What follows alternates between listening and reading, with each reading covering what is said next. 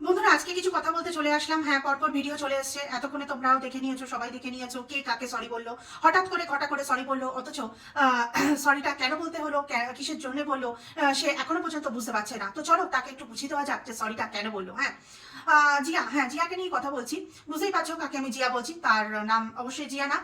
তবে খাবার মারি হেনা তেনা ছাপড়ি বৌদি সবকিছু মিলিয়ে মিশিয়ে বুঝতেই পেরেছো যে আসলেই আমি কাকে নিয়ে ভিডিও বানাতে চলে আসলাম। যাকে নিয়ে ভিডিও বানাতে চলে আসলাম সে হঠাৎ করে নাটক করা শুরু করে দিয়েছে। হ্যাঁ, সে দেখে দেখেই মাঝে মাঝে নাটকটা করে, যে নাটকটা তার প্রয়োজন নেই।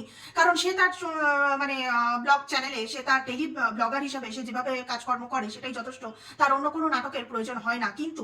কিন্তু সে নিজেকে ট্রেন্ডিং এ রাখার জন্য নানানভাবে চেষ্টা করে। কিছুদিন আগেও চেষ্টা করেছিল যখন তার হাজবেন্ডকে নিয়ে একটা নতুন নাটক করার জন্য, সেখানে সে কোনোভাবে পাবলিকের সাপোর্ট না পাওয়াতে এবং আমাদের সবার তরফ থেকে তাকে ধিক্কার জানানো হয়েছিল, তখন সে ইমিডিয়েট সেই নাটকটা বন্ধ করতে বাধ্য হয়েছিল। হ্যাঁ, বাধ্য হয়েছিল। পরকীয়ার কোনো রকম কোনো নাটক শুরু করেও সে তাই শেষ করতে পারেনি, তাই বাধ্য হয়েছিল কিছু ঘন্টা বলবো না, কয়েকটা দিন, 71 দিন বাদে সে বাধ্য হয়েছিল সেই নাটকটা বন্ধ করতে। কারণ যার সাথে যেটা যায় না সেটা সে করার চেষ্টা বারংবার করে। ঠিক আছে, যাতেই যাই হোক তাই হোক, রিসেন্টলি তার যখন একটা গান রিলিজ হয় এবং তার ওই ভিডিওটা আমরা কিন্তু সবাই নিজের নিজের মতন করে অ্যাপ্রিসিয়েট করেছি। ঠিক আছে, এখন যদিও ম্যান্ডির সো কল দিদিভাই, মানে কোনো এক সময় ওই দিদিভাই, ওই নাগিন বলছে নাকি ওই যে গানটা ও রিলিজ করলো কয়েকদিন আগে জিয়া, সেটা নাকি সম্পূর্ণভাবে ম্যান্ডির উদ্দেশ্যে করা হয়েছে। যদিও আমি এটা বুঝে উঠতে পারি না যে ম্যান্ডির উদ্দেশ্যে কি এই জিয়া হঠাৎ করে এরকম মানে রাতোরাত এরকম পরিবর্তন হতে পারে কি জানি না।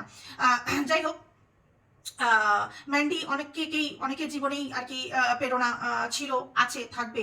আর এটা খুব বাস্তব কথা যে তার যখন একটা খারাপ সময় চলছিল তখন আমরা তার কাছের মানুষদেরকে দূরে যেতে দেখেছি। অবশ্যই তার পেছনে একটা কারণ আছে। কারণ ভালোবাসার মানুষরা তো এমনি দূরে চলে যায় না, কিন্তু নোংরামির সাথে আসলে কেউ জড়াতে চায় না। কিন্তু জিয়ার ব্যাপারে আমি কিছু কথা বলতে চাই। জিয়া দূরে চলে যাওয়া একরকম, কিন্তু মকার ফায়দা নেওয়াটা আর একরকম। ঠিক আছে, যারা দূরে চলে গেছে তারা তোমার মতন করে মকার ফায়দা নেয়নি যেটা তুমি নিয়েছো। হ্যাঁ, তুমি খুব দুরন্তর একটা মানুষ। তুমি মানে সবসময় চেষ্টা করো যে তুমি আর কি করতে পারো, আর কি করতে পারো। আর সেটা করতে গিয়ে তুমি কোন মানুষের কখন কতটা ঠিক আঘাত করে বসো তুমি নিজেও জানো না। ঠিক আছে, আমরা তোমাকে মাঝে মাঝে তোমার চোখ খুলিয়ে দেওয়ার জন্য অনেক রকমের ভিডিও করে থাকি। তোমাকে অ্যাপ্রিসিয়েট করার জন্য ভিডিও করে থাকি। তুমি যে মেহনতটা করো সেটার জন্য করে থাকি। তাই তোমার কথাটাই আবার তোমাকে বলি, যখন তুমি ভালো কাজ করো তখন তোমাকে ভালো বলতেই হয়। কিন্তু যখন তুমি এরকম ধরনের খারকাত করো তখন অবশ্যই তোমাকে বলতে লাগে যে এতবার ভালো না।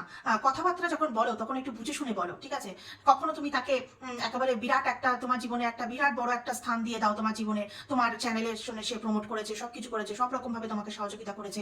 সেই মানুষটিকে তুমি আবার ধুলে মিশিয়ে দিতে দুবারও ভাবো না, যেখানে তোমার কোনো লেন বা দেন কোনোটাই ছিল না। হ্যাঁ, অসময় তুমি তার পাশে গিয়ে দাঁড়াতে পারোনি, তো তাকে বোঝানো তো দূরের কথা, তাকে একটাই ফোন কল তুমি করেছিলে যখন কিনা সে শিটং থেকে রানাঘাটে ফিরছিল। সেরকম সেই একটা সময় তুমি ফোন করেছিলে এবং ফোন করে তুমি জানতে চেয়েছিলে। তো তখন ম্যান্ডি কিন্তু তোমাকে সত্যি কথাটাই বলেছিল, সে কিন্তু কোনো নাটক করেনি। হ্যাঁ, পাবলিক নাটক চায় না।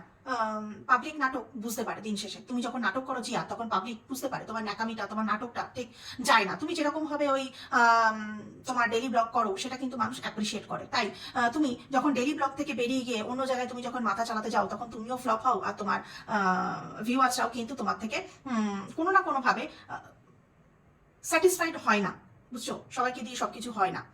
তো যে কথাটা বলছিলাম যে তুমি মানে সেই সময়ও ঠিক খুব বাজেভাবে রিয়াক্ট করেছিলে এবং পাবলিকের কাছে আবেদন করেছিলে যাতে ম্যান্ডি চ্যানেলকে আনসাবস্ক্রাইব করা যেন হয়। কি আশ্চর্যের ব্যাপার। কোনো একটা সময় ম্যান্ডির মতন বড় ব্লগার তোমার চ্যানেলটাকে প্রমোট করেছিল, তাকে তুমি সম্মান দিয়েছো সবটাই ক্যামেরার সামনে। তার বাড়িতে গিয়ে তুমি থেকেছো, রাত কাটিয়েছো। তারপরে ওরকম একটা পরিস্থিতিতে তোমার মতন মানুষ ম্যান্ডিকে বলছে কিনা ওর চ্যানেলকে আনসাবস্ক্রাইব করে দাও। হ্যাঁ, ভিউয়ার্সদেরকে তুমি ইনফ্লুয়েন্স করেছিলে যাতে ম্যান্ডির চ্যানেলটাকে আনসাবস্ক্রাইব করা হোক। কি অবস্থা, কি অবস্থা। মানুষ কত কষ্ট করে সাবস্ক্রাইবার জোটায়, সে যত বড় ব্লগার হোক না কেন, আর আমার মতন এরকম একটা ছোটখাটো একটা ইউটিউবার হোক না কেন, দিন শেষে প্রত্যেকটা মানুষই সাবস্ক্রাইবার কিন্তু খুব কষ্ট করে জোগাড় করতে হয়। ঠিক আছে, হয়তো আমরা অনেক সময়, হয়তো না, আমরা প্রায় সময় বলে থাকি প্লিজ সাবস্ক্রাইব মাই চ্যানেল। ঠিক আছে, তাই এক একটা সাবস্ক্রাইবার খুব দামি আমাদের কাছে। সেই জায়গায় দাঁড়িয়ে তুমি একজন এত বড় একটা ব্লগার হয়ে যার দৌলতে তুমি হলে, যার কি বলবো, যেহেতু তোমার থেকে আগে এসছে সেই জায়গা থেকেও তোমার সিনিয়র কাজের দিক থেকে সব দিক থেকে, তাই সেই জায়গা থেকে বলছি এরকম একটা একটা মানুষকে সম্মান নাই করতে পারতে, অসম্মান করার রাইট কিন্তু তোমার কোনোদিনও ছিল না। আজ দেখো তুমি কত বড় পাল্টিবাজ। তুমি দেখো তোমার অকাতটা কিন্তু ওপরওয়ালা তোমাকে ঠিকই দেখিয়ে দিল। কি যেই মানুষটাকে তুমি মানে ভিডিও করে ছিচি বলেছিলে, ধিক্কার জানিয়েছিলে, এবং প্রতিবাদের অনেক জিয়া, প্রতিবাদের অনেক ধরন থাকে, ঠিক আছে? তো তুমি তোমার মতন করে করতে, কিন্তু তুমি এমনই একটা জিনিস প্রতিবাদ করতে গিয়ে তোমার মধ্যে যে হিংসা, সেটা আমরা কিন্তু তোমার হিংসা মনোভাবটা কিন্তু সবার সামনে তুলে ধরেছিলে। প্রতিবাদ করতে গিয়ে অনেক কথাই বলতে পারতে, প্রতিবাদ করতে গিয়ে অনেক কিছু বলা যায়, কিন্তু তুমি যে প্রতিবাদের নামে তুমি তলায় তলায় চাইছিলে যে ম্যান্ডি চ্যানেলটাকে সবাই আনসাবস্ক্রাইব করে দিক এবং তোমার চ্যানেল সবাই সাবস্ক্রাইব করুক, এই এই যে ভাবনা চিন্তাটা আজকে তোমাকে এই জায়গায় এনে দাঁড়িয়েছে যে তুমি সরি বলেছো। অথচ দেখো তুমি ওই যে কথায় আছে না, মানুষ কি বলে, তোমরাবে তুমি মচকাবে না কি ভাঙবে না, সেরকম অবস্থা হয়েছে তোমার। তুমি বলছো তুমি সরি বলেছো, কিন্তু তুমি দেখো মিন করনি, মানে তুমি অন্তর থেকে ফিলই করনি যে তোমাকে সরি বলতে হবে। তুমি জানোই না সরি কেন বলতে হলো, অথচ তুমি বললে কেন তোমার হাজবেন্ড বলতে বলেছে। তার মানে তোমার হাজবেন্ডের মধ্যে এখনো একটু বিবেক বলে কিছু আছে, তোমার মধ্যে তো কিছুই নেই। ছি ছি ছি ছি, আজকে বলতে হয় ছি ছি জিয়া ছি। হ্যাঁ, তুমি না ওই তোমার খামার বাড়ি নিয়ে পড়ে থাকো। তুমি যে এই যে কন্ট্রোভার্সি করতে শুরু করেছো, কন্ট্রোভার্সি ক্রিয়েটারদের নিয়ে বলতে শুরু করে দিয়েছো, এটা তোমাকে মানায় না, বুঝছো? এমনিতে তোমার অনেক কাজ, তুমি কন্ট্রোভার্সি করার জন্য তোমাকে অনেক টাইম দিতে হবে। আমাদের সারাদিন আমাদের টাইম দিতে হয় কাজের ফাঁকে, তাই অনেক সময় করতে পারি না। কারণ যেদিন সারাদিন আমি ভিডিও দেখতে পারলাম না, সেদিন আমি কিভাবে আমি ভিডিও বানাবো? পসিবল নয়, একদমই পসিবল নয়। কারোর ভিডিও না দেখে কন্ট্রোভার্সি করা যায় না। যেখানে তোমার খামার বাড়ি সামলাতে হয়, শ্বশুর বাড়ি সামলাতে হয়, প্লাস তোমার একটা ছোট্ট বাচ্চা আছে, যে বাচ্চাকে তোমাকে অ্যাটেনশন দেওয়ার এখন অত্যন্ত প্রয়োজন রয়েছে। কারণ আমি জানি, আমরা সবাই জানি যে তার শরীর অনেক সময় ভালো মন্দ দিয়ে যাচ্ছে, ঠিক আছে, যাচ্ছে, এবং দীর্ঘদিন ধরে এটা চলছে। এমন না যে এটা আজকে হয়েছে বা কয়েকদিন ধরে হয়েছে, ঠিক আছে?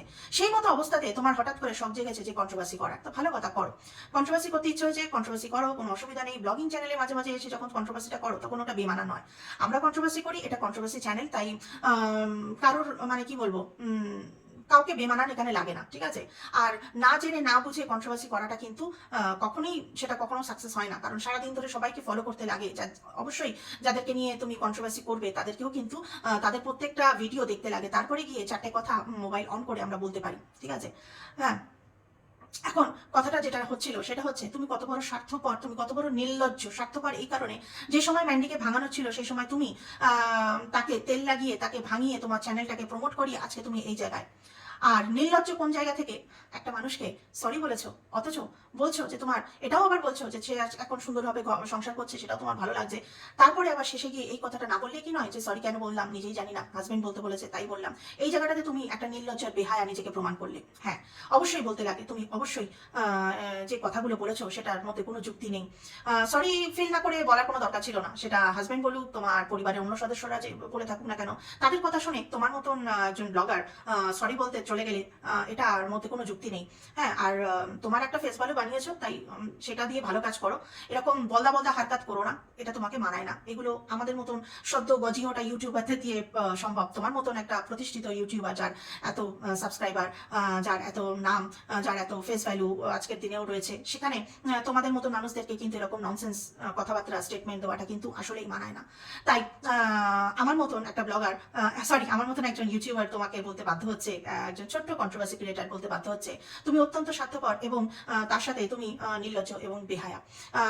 বন্ধুরা, যদি আমার কোনো কথাতে মনে হয় যে আমি আমার এটা বলা উচিত হয়নি বা কোনো কিছু, তাহলে আমাকে বলতে পারেন। কারণ আমার মনে হচ্ছে প্রত্যেকটা কথাই কিন্তু দরকার ছিল, প্রয়োজন ছিল এই ভিডিওতে বলার। তাই আমি প্রত্যেকটা কথা মিন করে বলছি। হ্যাঁ, জিয়ার এই হারকাতগুলো মেনে নেওয়া যায় না। সব চালাকি সবসময় খাটে না। জিয়ার প্রতি আমাদের সবার একটা এক্সপেকটেশন আছে, জিয়া সেটা কখনোই রাখতে পারে না। জিয়া খুব সুন্দর ব্লগ বানায়, তাতে কোনো সন্দেহ নেই। জিয়া অনেক পরিশ্রম করে, তার জন্য সবসময় তাকে অ্যাপ্রিসিয়েট করা হয়েছে। আমি করেছি এবং অন্যান্য যত ইউটিউবার আছে সবাইকেই কিন্তু করতে দেখেছি, ঠিক আছে? তাই ওর থেকে এইসব আশা করা যায় না। আর ওকে এই সমস্ত জিনিস ও যদি করতে থাকে, তাহলে খুব একটা ভালো হবে বলে আমার মনে হয় না। তাই শুরুতেই ওকে স্টপ করানো খুব দরকার ছিল। আর একটা সত্য কথা বলার খুব প্রয়োজন রয়েছে। ওকেও বোঝা উচিত যে আমরা ওকে কোন জায়গা থেকে, কিভাবে, কোন নজরে ওকে দেখছি। কারণ একটা মানুষ দিনের পর দিন এরকম ধরনের হারকাত করবে, সেটা মেনে নেওয়া যায় না। টাকার প্রয়োজন সবার থাকে, আমাদের সবার ভালোবাসা ছোট্ট বাচ্চাটার প্রতি রয়েছে। তুমি এর আগেও অনেক ভিডিও বানিয়েছো, অনেক কিছু বলার বক্তব্য তুমি রেখেছো, কিন্তু এটুকু আমি জানি, তুমি যেদিনকে তোমার প্রয়োজন হবে, তুমি যখন কিউআর কোড শেয়ার করবে, সেদিন কিন্তু ম্যান্ডিও তোমার পাশে এসে দাঁড়াবে। আমাদের মতো ছোটখাটো মানুষ অবশ্যই দাঁড়াবে। এখানে প্রশ্নটা তোমার বাচ্চাটার, তাই তোমারও একটু দায়িত্ব নিতে হবে, তোমাকেও একটু রেসপন্সিবিলিটি নিতে হবে। যে কাজটা তুমি মন দিয়ে করতে পারো, সেটাই তুমি গুছিয়ে করো। এর বাইরে কন্ট্রোভার্সি, হানা তানা এসব করতে গেলে একটু বিবেক, বুদ্ধি, ইন্টেলিজেন্সি সমস্ত কিছু কিন্তু প্রয়োজন আছে। তাই যদি সেটা থেকে থাকে তাহলে করো, আর তা না হলে এইসবগুলো করতে যেও না। ভালো থেকো।